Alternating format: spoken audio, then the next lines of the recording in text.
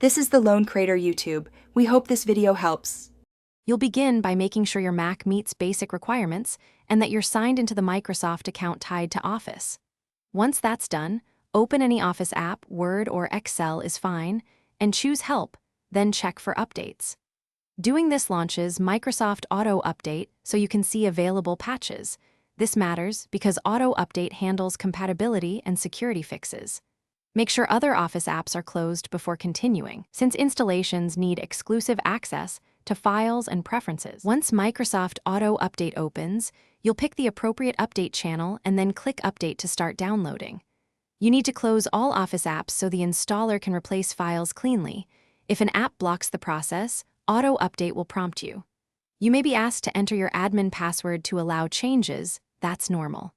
Monitor the progress bar and note any error codes. Auto Update shows details. This controlled install reduces the chance of corrupt files and preserves your settings.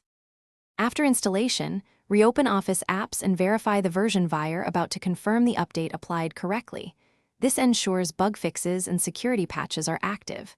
Make sure Auto Update is enabled so you receive future updates automatically. If the update fails, first rerun Microsoft Auto Update and restart your Mac. Sometimes a pending reboot clears locks. If problems persist, sign out and back into your Microsoft account, or reinstall Office by downloading the installer. That usually resolves broken installs and lingering permission issues.